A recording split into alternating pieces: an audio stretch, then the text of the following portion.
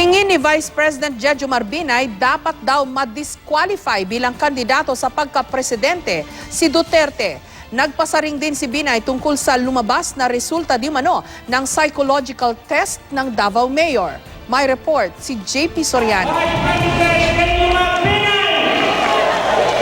Trabaho, libreng edukasyon at serbisyo para sa mga senior citizen. Dito raw sa sentro ang plataforma ni unang standard bearer at Vice President Jejomar Binay para sa mga senior citizen.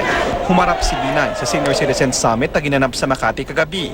Pangako ni Binay sa mga kasing edad daw niya, libreng benepisyo para sa mga senior sa buong Pilipinas kapag siya ay naging Pangulo. Sa kanyang talumpati, muling sinabi ni Binay na dapat ma-disqualify si Duterte bilang kandidato sa eleksyon 2016. Yung advocacy nito, yung sinasabi niyang papatayin ko, ay palagi ko is a ground for disqualification. Bakit? Kasi yung advocacy niya is unlawful. May pasaring pa si Binay tungkol sa lumabas na psychological test ni Duterte.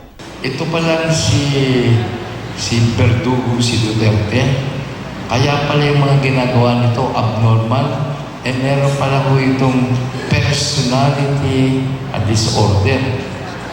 Kulang na lamang, meron itong personality disorder. Wala akong remorse ito. Pumatay ito, talagang may personality disorder.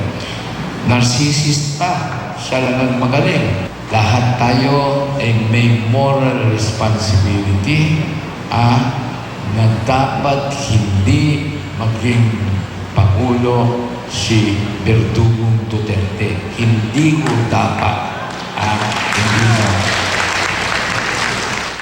Wala namang aktibidad ngayong araw si VP Binay. JP Soriano, GMA News.